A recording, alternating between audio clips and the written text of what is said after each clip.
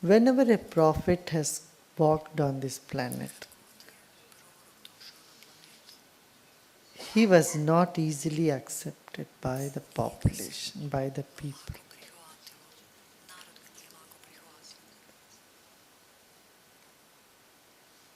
Throughout the history, we see prophets faced resistance. They were attacked,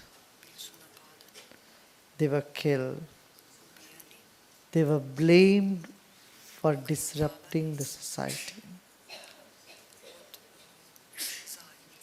disrupting a system,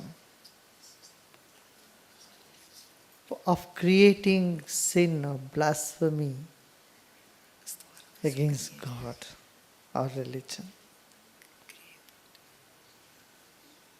These accusations have happened again and again and again. Their teachings were rejected by people in their lifetime. Probably that's why there has been the proverb, nobody is a prophet in their own hometown. Isn't it? There is such a proverb. One is not a prophet in his own hometown.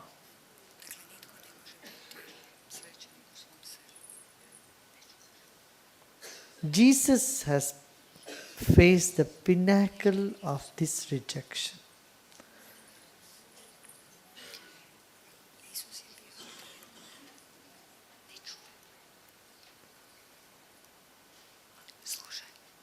The prophets before him also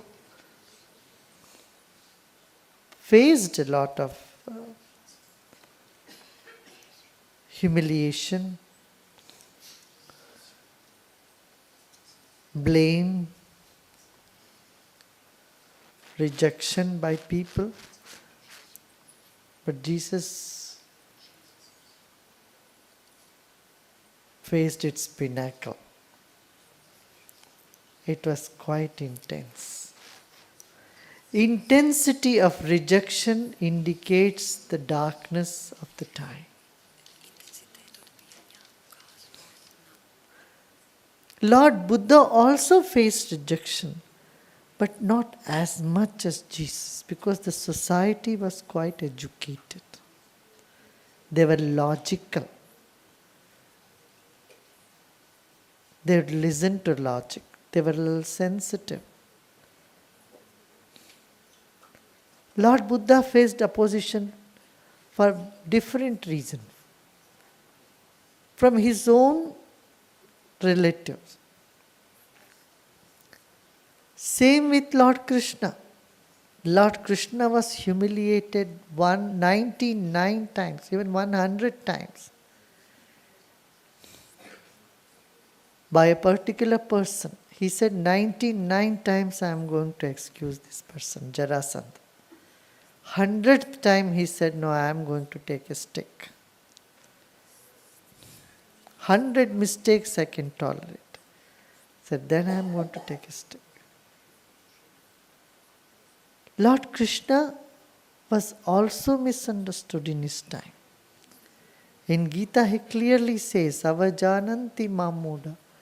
People do not understand my divine nature. They only see me as a human being. They see my human form and human flaws.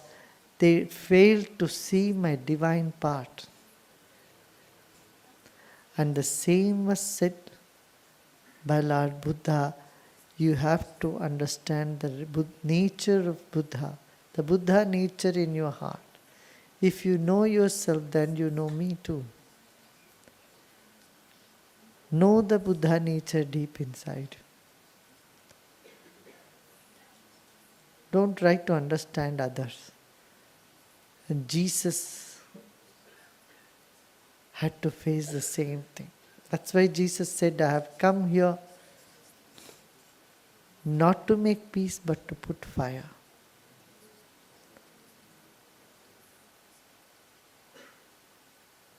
It's a sleeping society. In a sleeping society, everything is moved.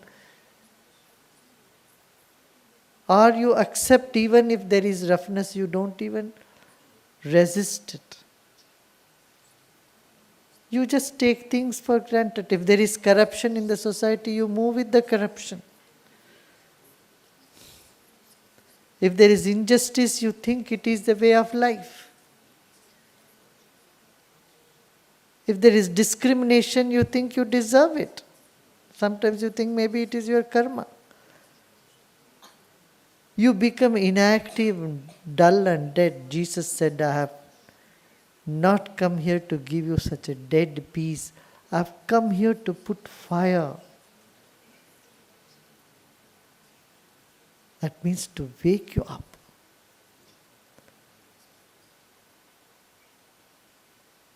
You know, when someone is sleeping in its slumber, you wake them up, they get angry.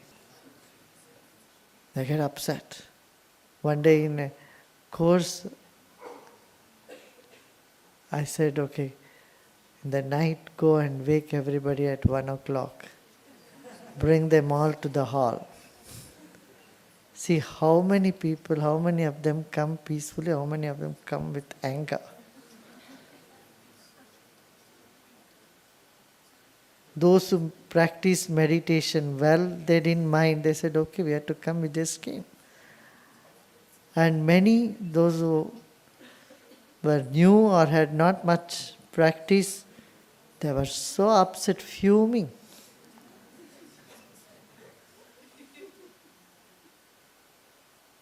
They came fuming. I said, look, what is the point? All day you sat and meditated, now you are fuming.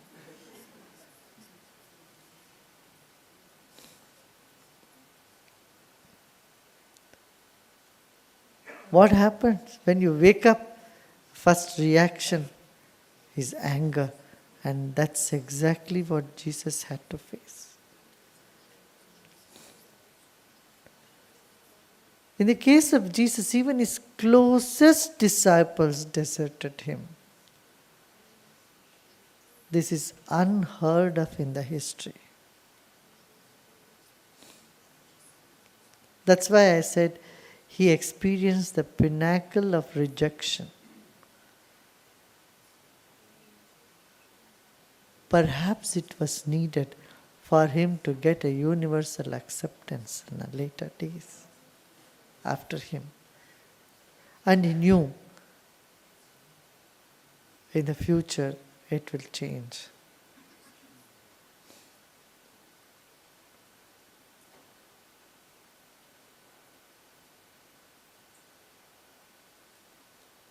You would see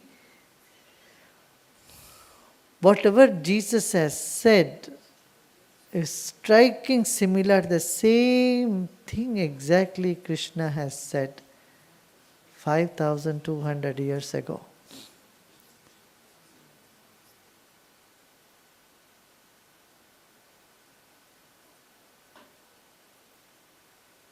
People do not pay much attention when they think of Krishna, because you think of Krishna, you simply think of joy, dance, fun, music, wisdom, or Radha and Krishna love. But Krishna has said, you drop everything and just take refuge in me. I will free you from all the sins. And Jesus has said virtually the same thing. I am here to free you from all sins. And his disciples said that, right?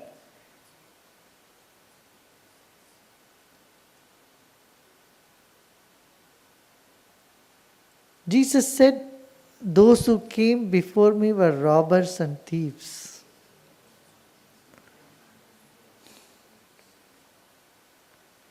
Why did he say that? There's a deep significance. Whenever a prophet walked on the planet Earth, they, the society would not recognize them. They never recognized him. They were talking about the past. And the past. And the past. Moses did this. Isaac did this. Abraham did this. They were talking only about the past. They could not see what Jesus was when he was alive.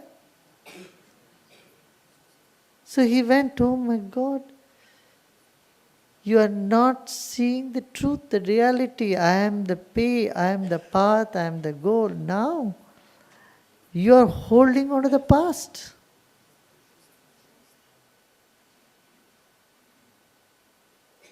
All those who came, they have stolen your mind. They have stolen your intellect. He didn't mean those who came before him have stole everything from people. When he says those who came before me, he didn't mean some ordinary people. He meant the prophets of the past.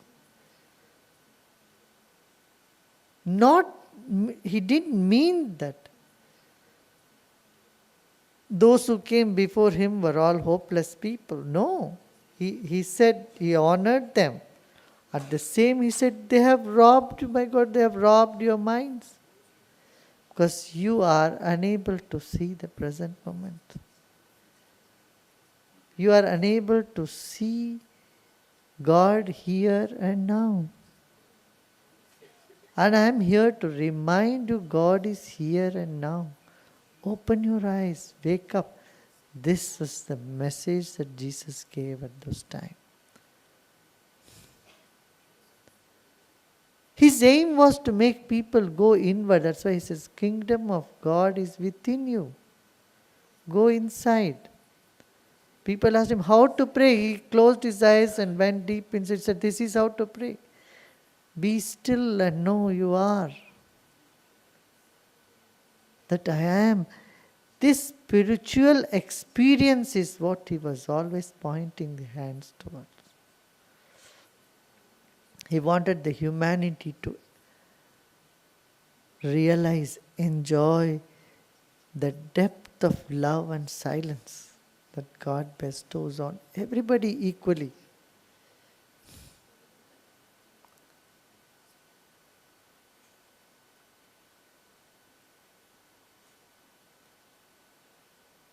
But he was misunderstood.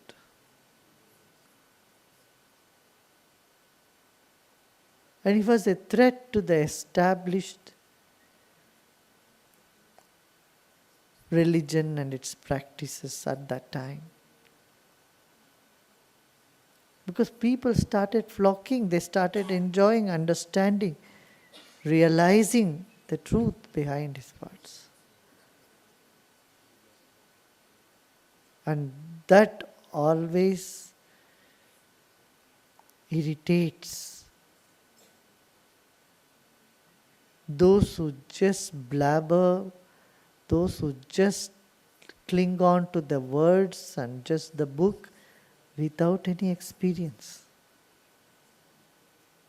They see it as a threat to their business, so they all gagged against him.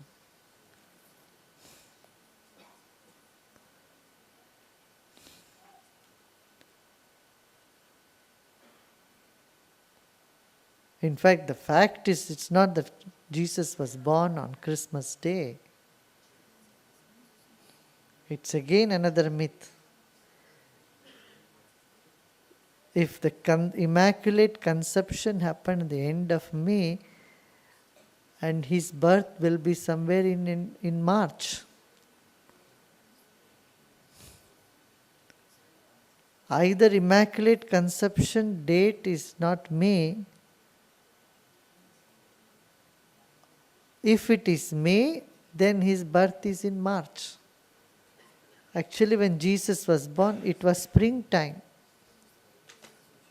It was not winter.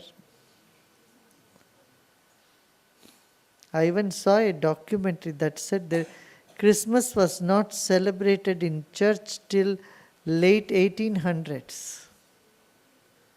Till then everybody else celebrated Christmas and the Christmas trees were used. The church started celebrating Christmas only in late 1800. Before that it was not a practice. Have you heard of this? How many of you have heard of this? How many of you not heard this? Oh. December 24th, 25th, 26th was celebrated as winter solstice around the globe from long time. They used to bring this tree, evergreen tree, decorate this, celebrate. And the church tried to stop it so many times because it was not into this sort of celebration. But when they couldn't, they attached the significance of Jesus to its celebration. So they preponed celebrating Jesus' birthday by just 2.5 months. Some scholars, some professors have done an extensive research on this and made a documentary in America. Even Santa Claus was only in last 200 years only they are doing from Germany. The Christmas tree from Germany was first taken, the celebration was taken to England later on from Germany. So Jesus was not born on Christmas night, Christmas day. If you read Bible carefully, you will see when he was born, it was springtime.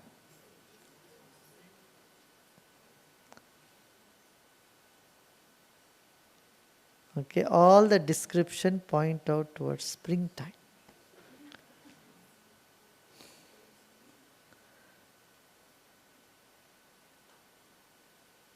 Like people distort scriptures,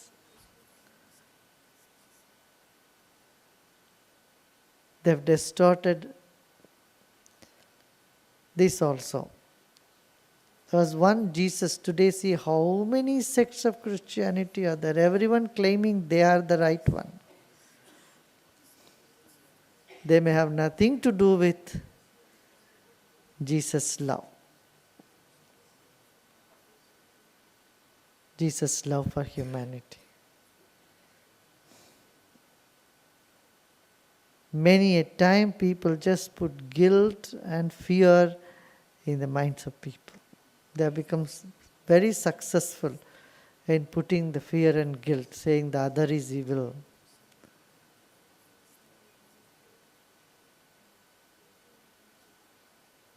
Yes, scriptures, in Bible it is said, I am the only way. And they take this, look, Jesus said, I am the only way. The same has been said by Krishna also. Mam ekam sharanam vaja, to me alone you come to. The same is said in the Vedas, Nanyapanta vidyate ayana. There is no other way. This is the only way. That means what? To make one focus with what is right in front of them. What is right now here. But these words are not used properly. The same fate is of Quran as well. Today in the name of Quran, the world is facing the jihadis' terrorism. The jihadi terrorists quote very easily Quran. Say, look what is Allah's prescription. Those who do not listen to this or take refuge or follow this book or this knowledge, they have no right to exist. This type of interpretation or whatever People come up and say, and they unleash terror in the world. It's so unfortunate. That's why I would say it doesn't matter whether Jesus was born on Christmas Day or not. Celebration is what is important. Just celebrate. Perhaps they did a good thing in shifting the Jesus birth to December, because this is the season which requires the celebration outmost. Spring, anyway, there is sun, everybody celebrates. In the winter, when people start getting depressed, it's in the middle of winter is the need for celebration. And I'm very happy that from this angle, the celebration is shifted from March to December. It's a very good thing.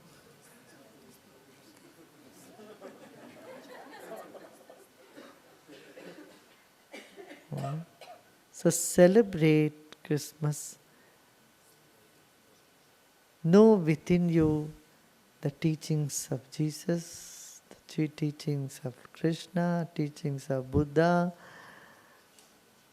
Allah. Everybody is there in the silent realm of our consciousness.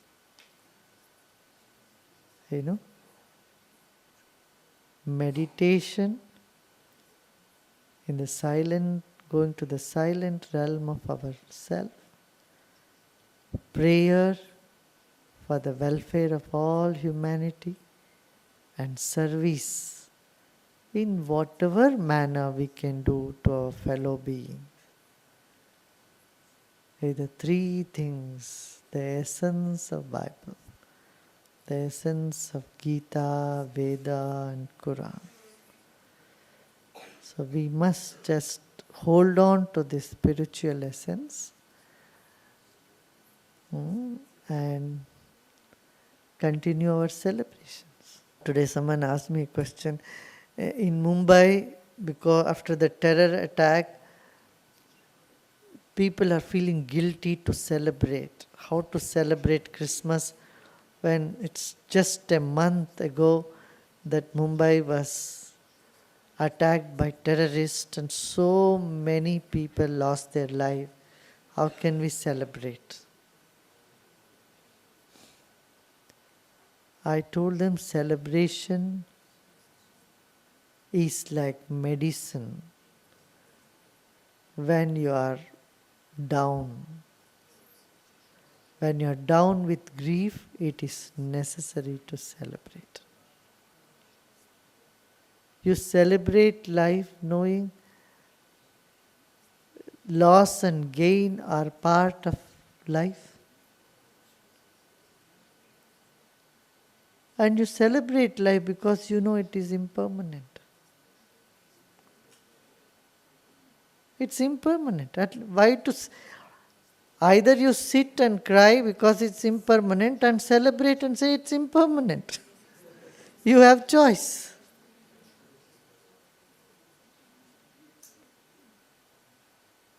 There is a question here. When everything is insignificant, when nonsense, what is the point? The point is celebrate. So I told them life is immortal. This is the dichotomy. What? On one hand, life is impermanent. On the other hand, the spirit is immortal. The spirit or the soul lives forever. In that sense, life is eternal. Let's celebrate.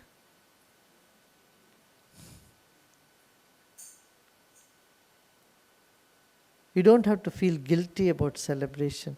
By celebrating, you uplift the mood of the whole society, the atmosphere which is gloomy, which is sad, and which is hurt. The only way to get over the hurt is come together in a new spirit of celebration. Like the evergreen tree, the Christmas tree indicates, it's always green. No harsh winter cannot weather away its leaves, it stays green. So Christmas tree indicates any snowstorm, it will stand up to it. Still shining, still with gifts, still giving. So life should be that way. Take that inspiration from the Christmas tree and do celebrate, don't worry. That was my message for them. Don't have to feel guilty about it. Yeah. Life is eternal, so you don't have to feel guilty. Everything is temporary, everything is impermanent, so you don't have to feel guilty about it, about celebration. So celebrate. Your celebration is aimed at uplifting the society, uplifting the mind. Then you will not feel guilty. If it is only for your personal pleasure, you would definitely feel guilty. So, any celebration should be aimed at uplifting the society, of serving people, of bringing joy and comfort to everyone around. If you are committed for this, you will not feel guilty to celebrate at all. Yeah? That much enough for now. Huh?